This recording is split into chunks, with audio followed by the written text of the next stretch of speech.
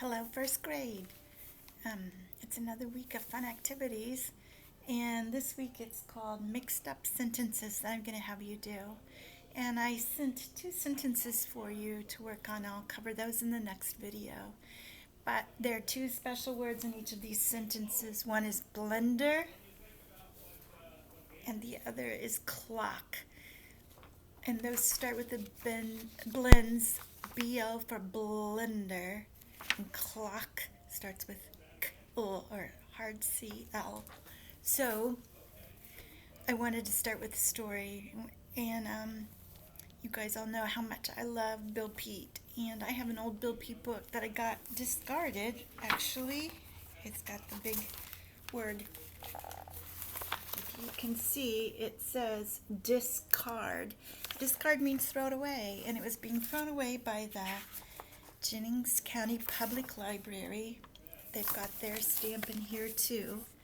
And probably at a book sale, not really thrown in the trash. And I had the lucky chance to buy it before someone else did. Makes me sad that libraries are getting rid of Bill Peet books.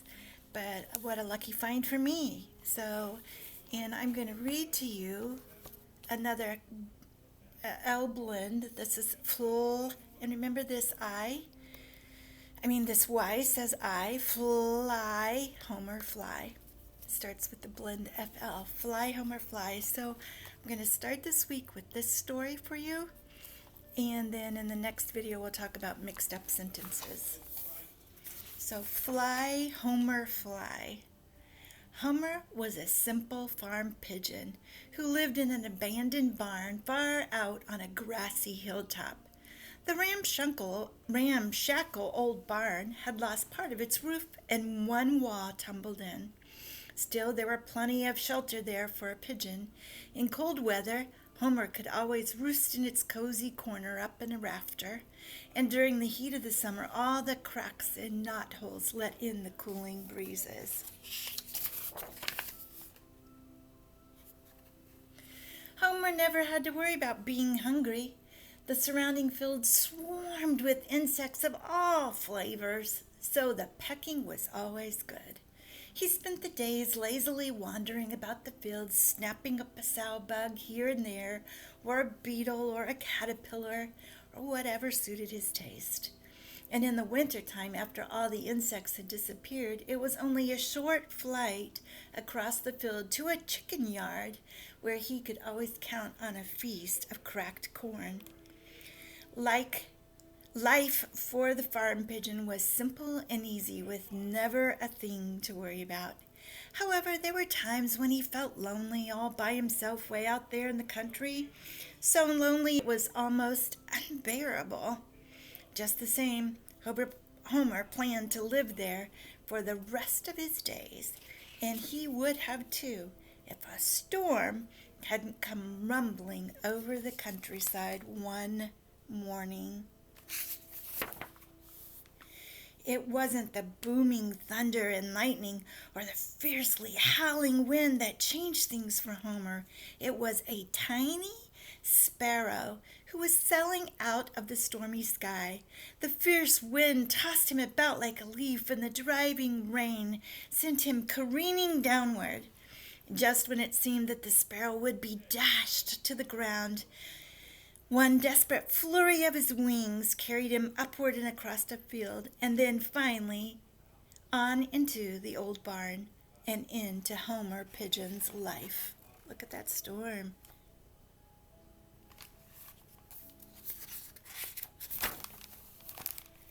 It's not much of a day for flying, Homer said to the bedraggled sparrow who was roosting on a rafter.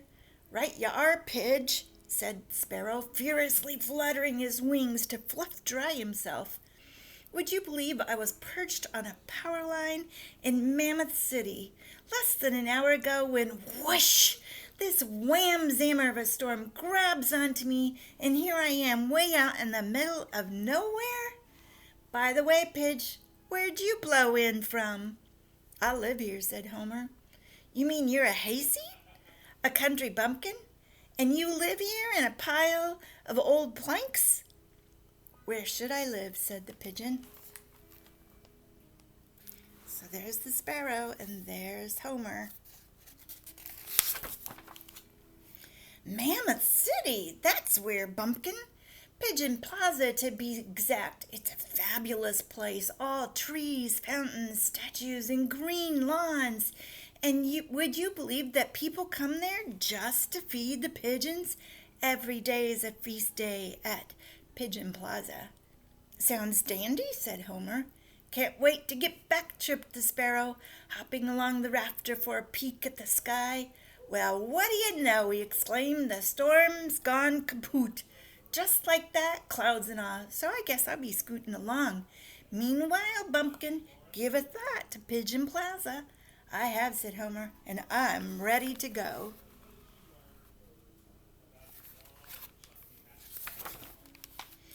Great, great, great, cried the sparrow, so we're off. Kazoom! And he was out of the barn like a shot. In seconds, he was sailing 100 feet in the air, and to his surprise, the pigeon was just a wing beat behind. Say now, Bumpkin, he called out, you're a pretty fair country flyer.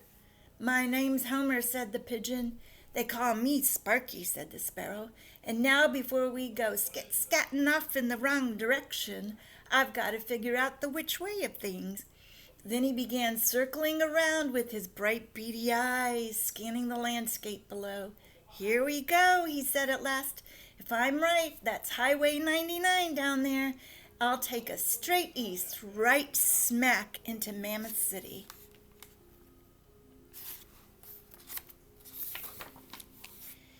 As they went winging along above the highway, Homer was surprised at how much traffic there was and how fast it was going. It was a steady stream of autos, trucks, and buses rushing over the hills at a furious pace, each one crowding to get past the other as if it wasn't a second to lose. See what I mean? Shouted the sparrow. Everyone's in a big fat hurry to get to Mammoth City. Me too, cried the pigeon eagerly. He was getting more excited by the mile. Those lonely days out in the country were now a thing of the past. On ahead there was a whole wonderful new life filled with excitement. He would even feel the excitement in the air. At least there was something in the air.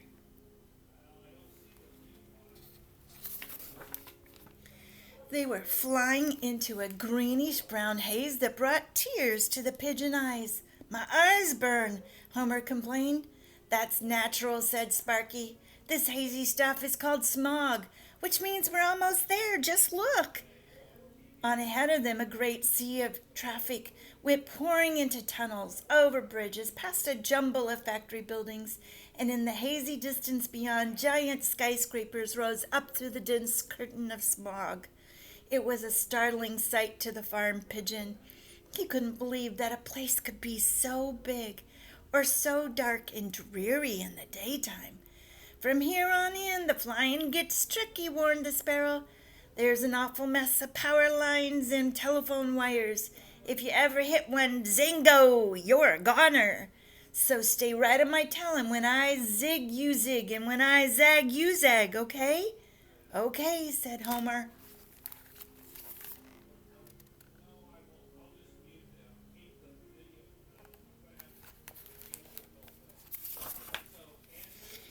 In seconds, they were into the city, sailing along a noisy street jammed with traffic, through a tangle of power lines as thick as cobwebs. And indeed, the flying was tricky, much too tricky for a farm pigeon who was used to fluttering about in the open fields. Time after time, his wingtips brushed the power lines, and he barely managed to dodge a street sign sticking out from a building. It was impossible to keep pace with the darting, zigzagging sparrow, and Homer was greatly relieved when they finally at last came to an open space, and Sparky was shouting, "Here we are, Homer! Last stop, Pigeon Plaza!"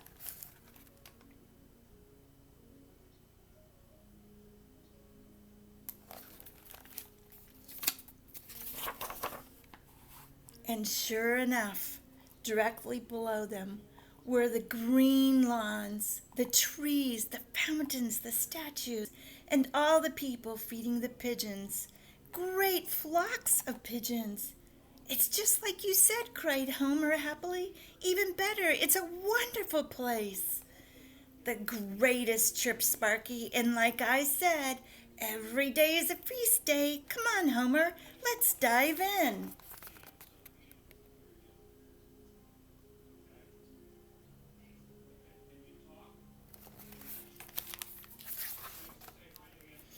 In the flick of an eyelash, the sparrow swooped down into the park and was lost in a milling mob of pigeons crowding around a man who was feeding them bread crusts.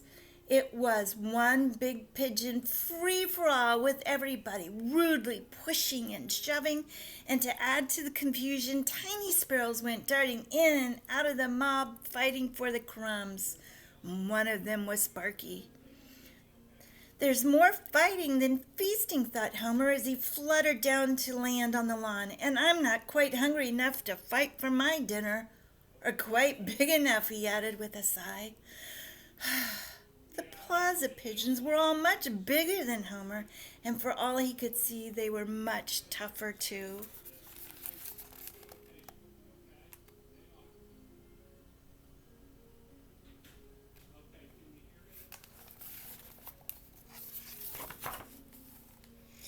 As he stood there watching the free-for-all, the man spotted the lone pigeon and tossed him a slice of bread. It was raisin bread, and Homer was delighted. He had never ever tasted raisin bread, so this was a special treat. Seizing it in his beak, he dragged the bread off to a patch of shade where he could enjoy it in peace.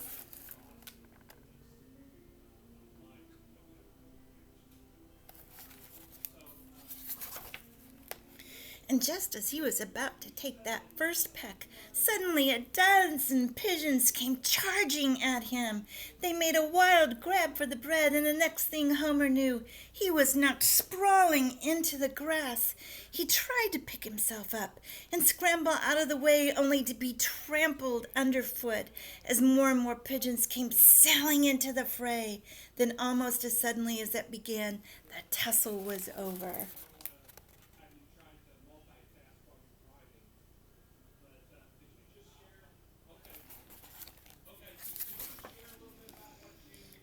Break it up, you birds, someone shouted. Out of the way. Get lost. Scatter, I say. So they all scattered, and in their place stood a giant of a pigeon with his feet planted squarely on the bread.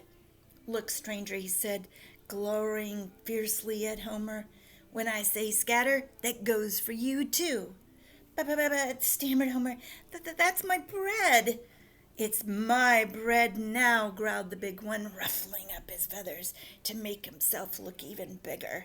Now what do you say to that? Before Homer could reply, Sparky the sparrow hopped down between them. Take it easy, Homer, he warned. Forget the bread. Like he says, blustered the bully, better forget it unless you want to get yourself busted up. And he strutted away with the bread in his beak.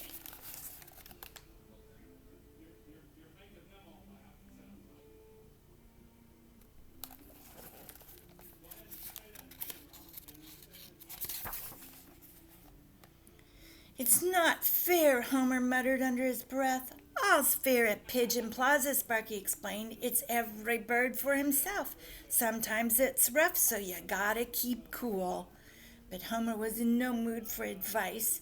For the first time in his life, the timid farm pigeon lost his temper. His eyes narrowed to evil slits as he watched the big pigeon perched on the rim of a fountain pecking the raisins out of the bread.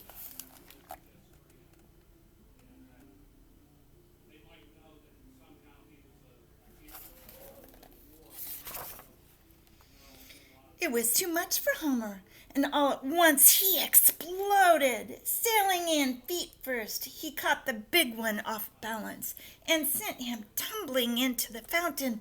Kersploosh! Then in one round swoop, he snatched up the bread and took off across the park.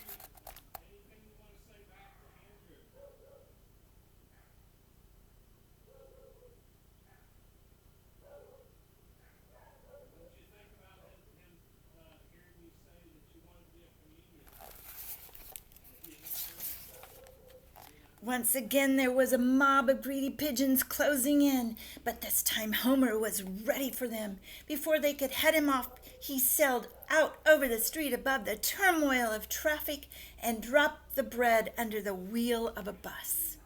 This infuriated the pigeons. Now they were more determined than ever to catch up with the newcomer. "Grab his tail feathers," cried one. "Peck him on the head," screamed another. "Give him the works." Homer was in such a panic he nearly smacked into a lamppost. At the last second he swerved sharply to the right and then whirling straight up past the buildings. And with a great roaring of wings the angry mob took up to chase, closing in fast behind him.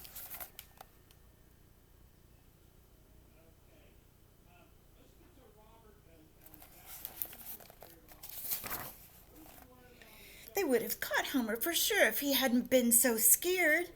When he was scared, Homer could outfly any pigeon. His frenzied wings sent him spiraling up through the curtain of smog at a dizzy pace, high into the sky, well beyond the reach of his pursuers.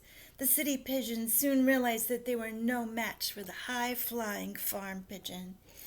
They were much too out of shape from overeating, and one by one they dropped out of the chase to go drifting down to the city on back to Pigeon Plaza.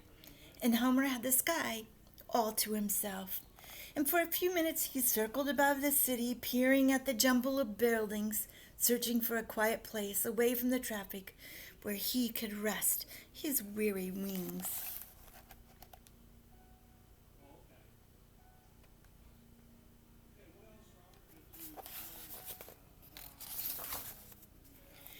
At the end of a narrow side street, Homer discovered a ghostly old building that appeared to be deserted. And as he came down to land on the window ledge, there was Sparky the Sparrow. "I saw the whole thing," he said gleefully. "That's what I call a fancy bit of flying. Just great. But you sure zonked yourself at Pigeon Plaza. If you ever go back there, they'll peck you to a pulp." "I'm not going back," grumped Homer. "I've had enough of Pigeon Plaza and Mammoth City, too. I'm going home." "But you just got here," said Sparky. Homer didn't answer. He was wondering about the enormous mechanical arm reaching up toward the building and the huge steel ball swinging back and forth from cables and chains. "What's that big monster of a thing?" said the pigeon. "A wrecking crane. It's the machine that knocks down old buildings," said Sparky. What do you think might happen next?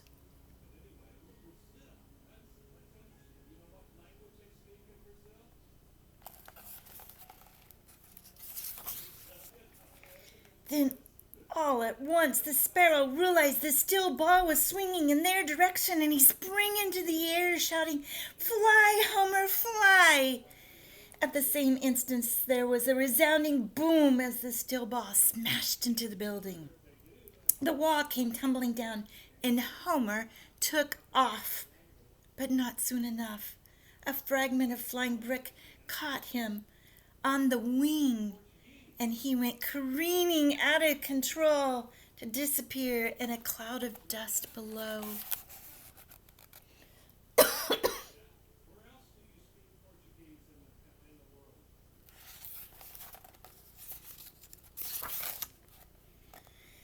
After the dust had cleared away, Sparky found the pigeon sprawled out in a pile of wreckage. "Zowie!" cried the sparrow. "I thought you were a goner for sure. Are you okay, Homer?" There's Homer.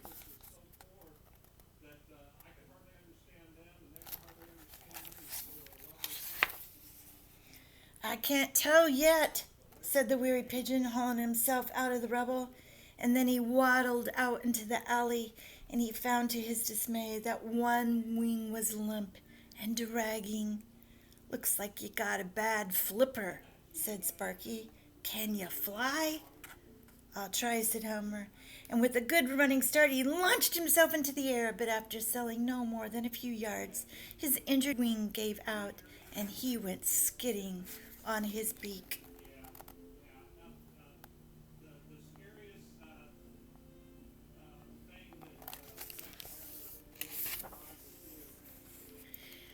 tough luck, sighed the sparrow. You can't fly home on one motor. You won't last a night down here. The alley cats or rats'll get you. Then I guess I'm done for, groaned the miserable pigeon. Maybe so, said Sparky, and maybe not. I think I got an idea. And he hauled a wire coat hanger out of a trash pile, dropping it with a clatter at Homer's feet. We'll need some extra wing power, he said. So if you'll just stay put, I'll be back in half a jiffy, okay?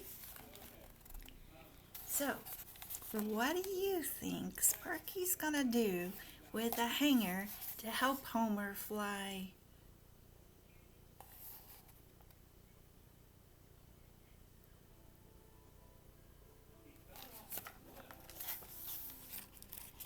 Let's see. Before Homer could say, okay, the sparrow had darted away down the alley on around a corner and was gone, leaving the poor pigeon to wonder what wing power had to do with a coat hanger. And after what seemed like a very long time, Homer began wondering what Sparky meant by half a jiffy. It was getting into the late afternoon. Deep shadows were closing in everywhere, and rats were starting to stir about in the trash piles, and still there was no sign of the sparrow, and Homer finally decided to give up.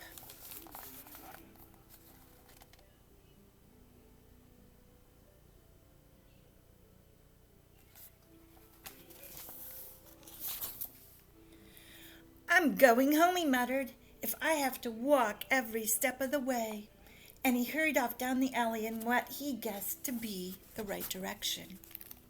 Homer was so intent upon the long, perilous journey ahead he didn't see the tomcat crouched in a doorway until it was too late. And as the cat sprung out of the doorway, the panicky pigeon went fluttering straight up, as high in the air as one wing could carry him, to the top of a stack of packing boxes. There was no place else to go, and he teetered there on the boxes while the cat started climbing up after him. Just when it seemed that Homer was done for, along came Sparky and a half a dozen friends fluttering up the alley with the coat hanger.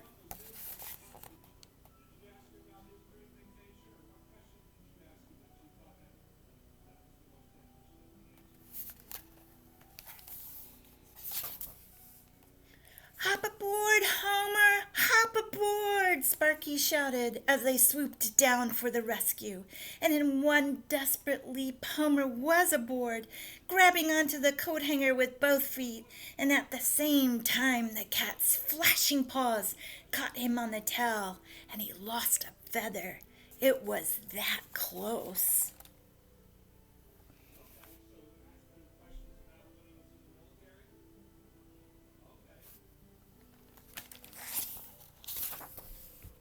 The next thing Homer knew, he was sailing past telephone wires up between the buildings with all the sparrows shouting, "It works! It works! Well, what do you know? It works! What a great invention!" It's wonderful," stammered the befuddled pigeon. "Why don't we call it a sparrow plane?" chortled Sparky. "Or an airplane hangar," quipped one of the others. And pretty soon they were gliding high above the buildings, and Sparky was shouting orders to his crew.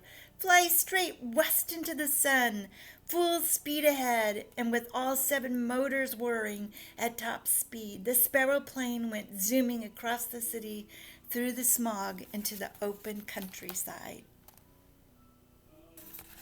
Yay!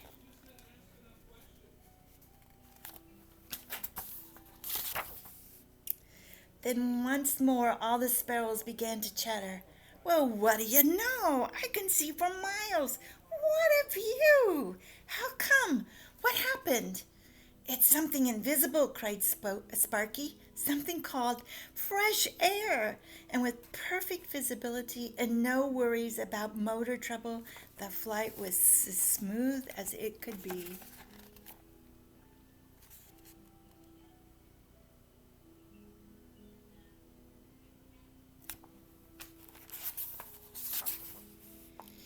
Along towards sunset, The Sparrow plane came down for a landing with its motors cut to half speed, gliding over a field and then finally on into the barn where the passenger pigeon hopped onto a rafter.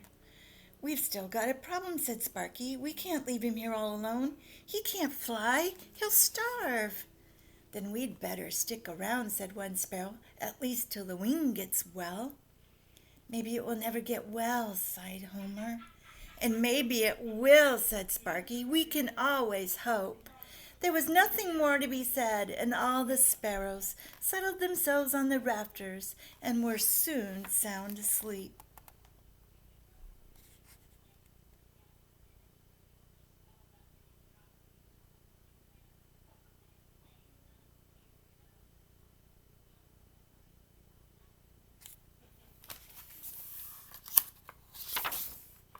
The next day Sparky and his friends were up bright and early, chasing about the fields, collecting bugs and caterpillars.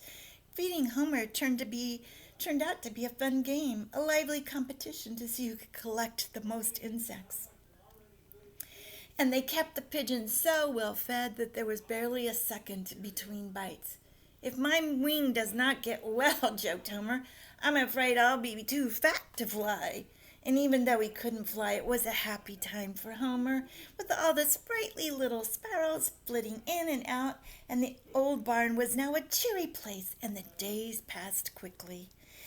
One morning Homer awakened to find that the stiffness had left his wing. He was ready for a test flight, and he sailed out over the barn, over the fields in an easy glide, and then with Sparky and all the sparrows cheering him on, he came zooming back to the barn at top speed. The wing was as good as new, and of course Homer was delighted to be flying again, but at the same time it saddened him to think that all of his friends would be leaving, and without them it would be lonelier than ever out there in the country.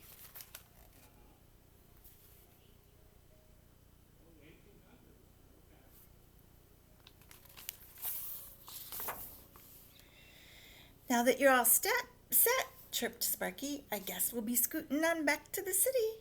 "If you don't mind," said one sparrow, "I'd like to stay here." "Oh, I wish you could," pleaded Homer. "I wish you would." "If he gets to stay," said another, "why can't I?" "What's fair for one is fair for all," Homer cried joyfully. "Besides, there's plenty of room. You can live here as long as you like." So they all decided to stay, and Sparky and his friends lived there in that old barn as long as they liked, which turned out to be forever after, and very happily too. You're so happy for Homer and his new friends. So that's video one for today, and tomorrow we'll talk about those scrambled sentences. All right, take care. See you soon.